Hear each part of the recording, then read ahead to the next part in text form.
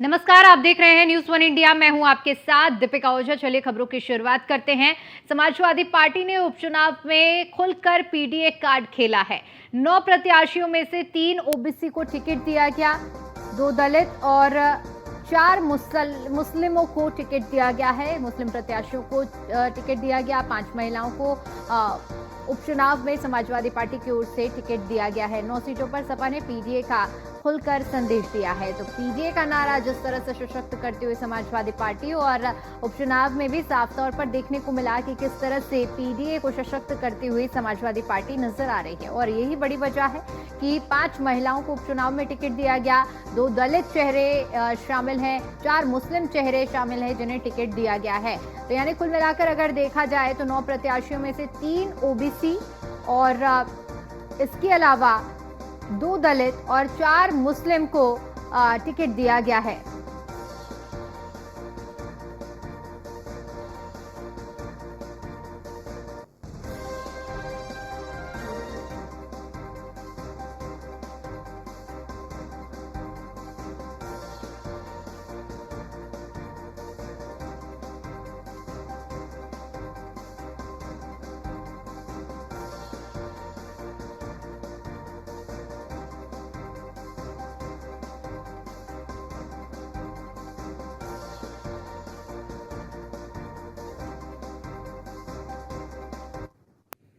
और इसी पर ज्यादा जानकारी के साथ हमारे संवाददाता मोहसिन खान हमारे साथ न्यूज रूम से लाइव जुड़ चुके हैं। मोहसिन, पीडीए का नारा सशक्त करते हुए समाजवादी पार्टी और जिसका असर अब उत्तर प्रदेश में होने वाले इन उपचुनाव के सीट बंटवारे, टिकट बंटवारे में भी साफ तौर पर देखने को मिल रहा है।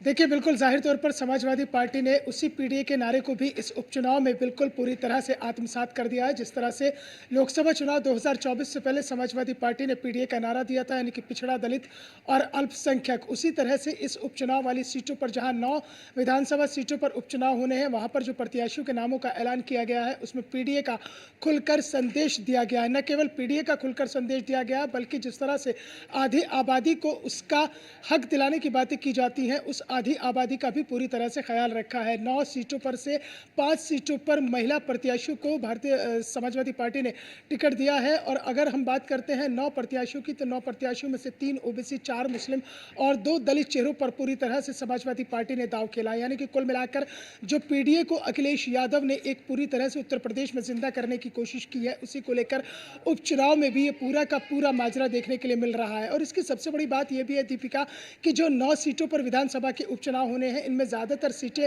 कहीं मुस्लिम बाहुल्य सीटें हैं, तो कहीं मुस्लिम, दलित और पिछड़ा वर्ग का जो समीकरण है वो देखने के लिए मिलता है, तो कहीं मुस्लिम और दलित का जातीय समीकरण देखने के लिए मिलता है। तो इसी तरह से उन जातीय समीकरणों के आधार पर तमाम प्रत्याशियों का चयन किया गया है और उसमें पीडीए का ख्याल रखा गया। लेकिन इसमें सबसे चौंकाने वाली बात यह है कि जो 2 दलित चेहरों पर दाव खेला है, उसमें एक तो मिल्कीपुर की विधानसभा है, जहाँ से अजीत प्रसाद को उम्मीदवार बनाया गया है, जो अवधेश प्रसाद के बेटे हैं, लेकिन मिल्कीपुर पर अभी चुनाव नहीं होना है, उस पर अभी चुनाव होल्ड है। दूसरा सबसे बड़ा चौंकाने वाला नाम दीपिका गाजियाबाद सदर सीट से सामने आता है, जो एक जनरल सीट है, यानी कि सामान्य सीट है। और सामान्य सीट पर ऐन वक्त पर ठीक नॉमिनेशन, चूंकि आज नॉमिनेशन का आखिरी दिन है, उससे ठीक 24 घंटे पहले समाजवादी पार्टी ने यहां पर दलित कार्ड खेलकर सबको चौंका दिया है। सिंह राज जाटव को समाजवादी पार्टी ने यहां से उम्मीदवार बनाया है, जबकि ये सीट जो है वो सामान्य सीट है। और ऐसे में दलित चेहरे पर कार्ड खेलकर समाजवादी पार्टी ने यह संदेश दे दिया है कि अब समाजवादी पार्टी दलितों की भी राजनीति करेगी। तो कहीं ना कहीं बहुजन समाज पार्टी का जो कैडर वोट बैंक है, उसे भी हथियाने की कोशिश समाजवादी पार्टी ने कर दी है। जबकि अगर देखा जाए गाजियाबाद सदर सीट से, तो बहुजन समाज पार्टी ने रवि गौतम को यहाँ से टिकट दिया था, लेकिन रवि गौतम का टिकट काट दिया गया, जिससे जाटव समाज में गहरी नाराजगी देखने के लिए मिली। और एक बार फिर से बहुजन समाज पार्टी ने यहाँ से वैश कार्ड खेला और पीएन गर्ग को अपना उम्मीदवार बनाया। दरअसल 2012 के इस समीकरण को बहुजन समाज पार्टी ने शायद ध्यान में रखा है, क्योंकि 2012 में विधानसभा के चुनाव में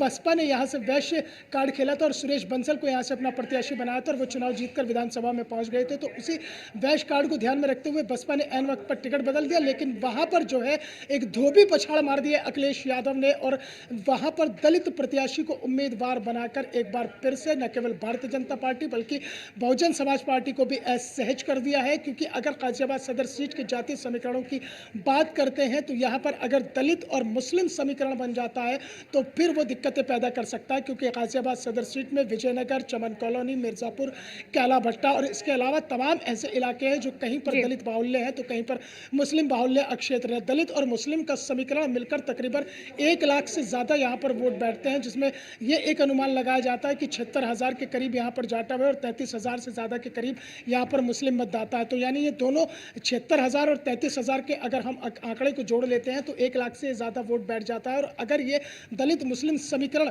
अगर कहीं जाकर सटीक बैठ जाता है और ये एक तरफा वोट हो जाता है, इसमें कोई ध्रुवीकरण नहीं होता है, तो फिर कहीं ना कहीं मुश्किलात खड़ी हो जाएंगी दूसरी पार्टी के लिए। और समाजवादी पार्टी ने शायद इसी को ध्यान में रखा और गाजियाबाद में एक चौंकाने वाला नाम सामने दे दिया। तो कुल मिलाकर विधानसभा की 9 सीटों पर होने वाले उपचुनाव को लेकर जो पीडीए का दाव समाजवादी पार्टी ने खेला है, इसमें देखना यही होगा कि आखिरकार भारतीय जनता पार्टी और बहुजन समाज पार्टी इसकी कैसे काट करती है, क्योंकि पीडीए की काट करने के लिए पीडीए का ही सहारा कहीं ना कहीं से जो है भारतीय जनता पार्टी ने भी लिया और बहुजन समाज पार्टी ने भी उसी आधार पर कहीं ना कहीं टिकटों का बंटवारा किया है। तो कुल मिलाकर पीडीए यानी कि पिछड़ा दलित अल्पसंख्यकों को साधने की कोशिश तमाम राजनीतिक दलों की है और इन राजनीतिक दलों में इसमें कौन सिरमौर बनता है और कौन बाजी मार ले जाता है, ये देखना दिलचस्प होगा। 23 नवंबर को नतीजे आएंगे, उसके बाद में यह साफ हो जाएगा कि क्या उत्तर प्रदेश की राजनीति पिछड़ा दलित और अल्पसंख्यकों के सहारे चलेगी या फिर इसमें जो अगड़े मतदाता है उनकी भी कहीं ना कहीं हिस्सेदारी हो जाएगी, क्योंकि सीटों के आधार पर ही जातीय समीकरणों को साधने की कोशिश हुई है और उसमें समाजवादी पार्टी ने एक बार फिर से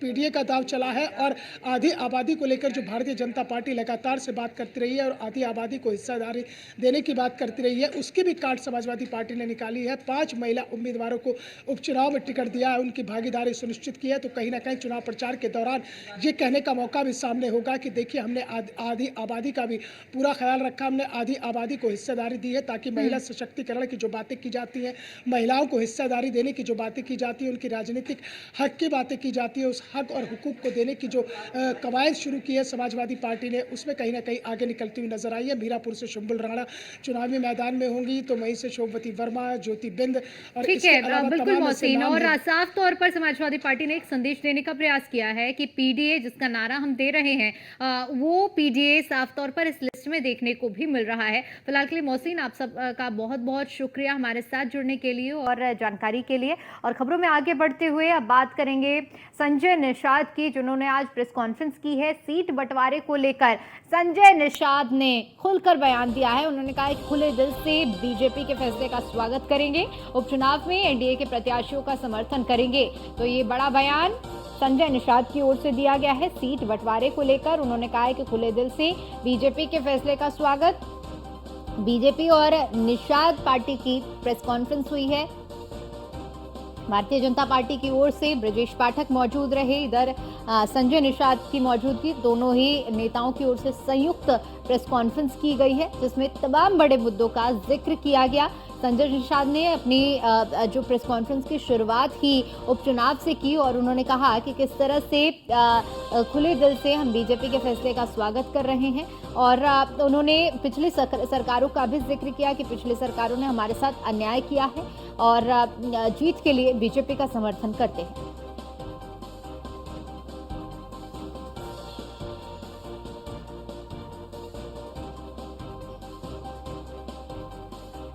तो संजय निषाद की ओर से कहा गया है खुले दिल से बीजेपी के फैसले का स्वागत करते हैं, हमें सीट नहीं जीत चाहिए, ये संजय निषाद की ओर से कहा गया है।